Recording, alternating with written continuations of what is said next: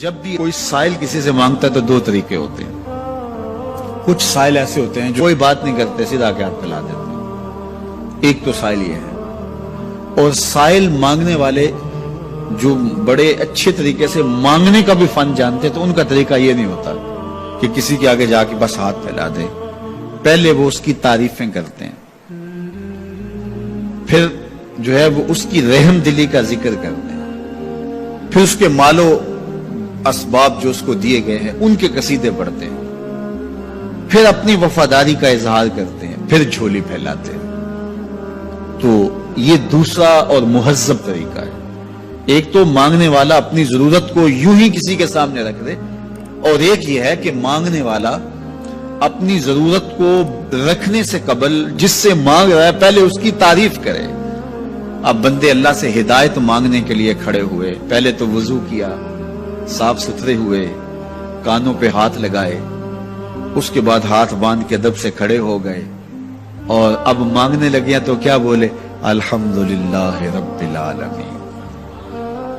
وہ آتے ہیں نا مانگنے والے دروازے پہ تو کہتے ہیں دوبارہ وسدہ روے, فلاں ہو فلاں ہو, وہ تعریفیں کرنے لگ جاتے ہیں. تو یہ مرحلہ ہوتا ہے. ابھی اس نے سوال لب پہ نہیں لایا ہوتا تو گھر والا پہلے بچے کو کہتا ہے جا اتنے پیسے اس کو دے گیا. میاں وہ تو آپ کی تعریفیں کر رہا ہے, مانگ تھوڑا رہا ہے. وہ سمجھتا ہے جو تعریفیں کرنا شروع ہو گیا یہ مانگنے کے لیے تو کر رہا ہے. اللہ اکبر. تو جب بندہ الحمدللہ کہتا ہے رحمتیں اسی وقت برسنا شروع ہو جاتی. الرحمن الرحیم. میں سخی کی دہلیز پہ کھڑا ہوں جو رحمان بھی ہے جو رحیم بھی ہے, محض اپنے کرم سے عطا کرتا ہے. رحم کی بھیک مانگ رہا ہوں. پھر کیا کہہ رہا ہے, مالک یوم الدین. کسی کنگال سے نہیں مانگ رہا, اس سے مانگ رہا ہوں جو مالک ہے, دنیا کا بھی مالک ہے, آخرت کا بھی مالک ہے. پھر اس کے بعد اگلی بات کیا کہتا ہے, ایاک نعبد و ایاک نستعین. مالک میں پوچھتا بھی تجھے ہوں اور مانگتا بھی تجھ سے ہوں. دیکھو سائل اس اعتبار سے بھی دو طرح کے ہوتے ہیں. ایک سائل ہوتا ہے جو بائی پاس پہ اترتا ہے, ایک کے گھر کے سامنے جاتا ہے, یہی طریقہ صحیح مانگنے کا, لیکن جاتا ہے کہ گھر کے سامنے تعریفیں کرتا ہے, اور مالک خانہ کو پتا ہوتا ہے کہ یہ ہمسایہ سے بھی مانگ کے آیا ہے, میرے گھر سے بھی مانگ رہا ہے, اگلے گھر سے بھی مانگنا ہے. تو وہ اسے تھوڑا سا آٹا دے دیتا ہے, 1 روپیہ دے دیتا ہے. اس کو پتا ہے اس نے پورا گاؤں مانگنا ہے, آدھا گاؤں مانگ آیا ہے, آدھا گاؤں اس نے ابھی مانگنا ہے. تو سارے 1-1 روپے دیتے ہیں. ایک تو سائل وہ ہے جو در در پہ جاتا ہے, اور ایک سائل بائی پاس سے اترا, وہاں سے پل عبور کیا, پھر گلی سے گزرتے ہوئے یہاں آیا, اور یہاں آ کے آپ کے ساتھ اس نے کہا کہ میں کسی در پہ نہیں گیا, آپ کے پاس آیا ہوں, اب آپ نے میری ضرورت پوری کرنی ہے. تو پھر 8 آنے 5 روپے تو نہیں دیے جائیں گے. پھر تو جو میری استطاعت ہوگی, جو آپ کی استطاعت ہوگی, اس استطاعت کے مطابق دیں گے کہ یہ سارا شہر چھوڑ کے آیا ہے, یہ کسی سے نہیں مانگتا, یہ مجھ سے ہی مانگتا ہے.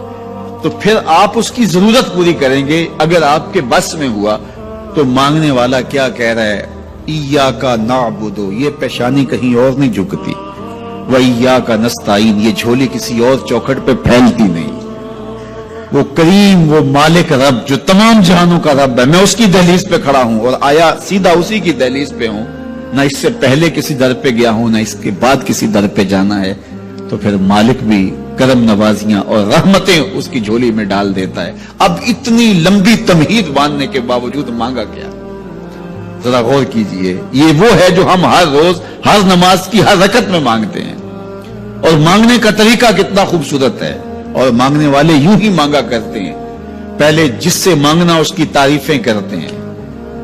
آپ نے مانگنے والوں کو دیکھا جو سلیقے سے مانگتے ہیں, تیرے بچے وسدے رہیں, تیری جد آباد رہے, تیرا خاندان آباد رہے, وہ مانگتے ہیں. اس طرح پہلے تعریفیں کرتے ہیں, پھر کہتے ہیں تیری فیکٹریاں چلتی رہیں, تیرے جو ہے تیری جائیداد بڑھتی رہے.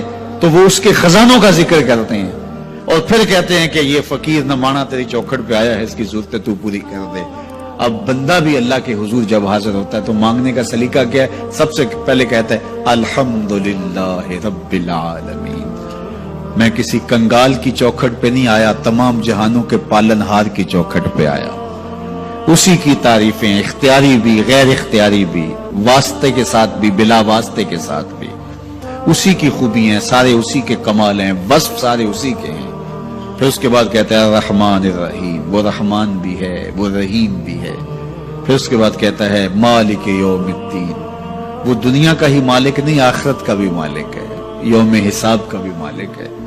پھر اس کے بعد اپنی وفاداری جتلاتے ہوئے کہتا ہے ایاک نعبد و ایاک نستعین، مالک سارا جہاں بس رہا ہے، میں نے کسی سے نہیں مانگا، میں نے جھولی تیری چوکھٹ پہ پھیلائی ہے، میری پیشانی تیرے حضور جھکتی ہے، یہ پیشانی کسی اور کے حضور کبھی نہیں جھکی نہ جھکے گی. یہ سب عرض کرنے کے بعد پھر مانگتا کیا؟ اہدنا الصراط المستقیم، مالک مجھے سیدھی راہ پہ چلا دے، میں تیرے حضور آیا ہوں، مجھے ہدایت کا نور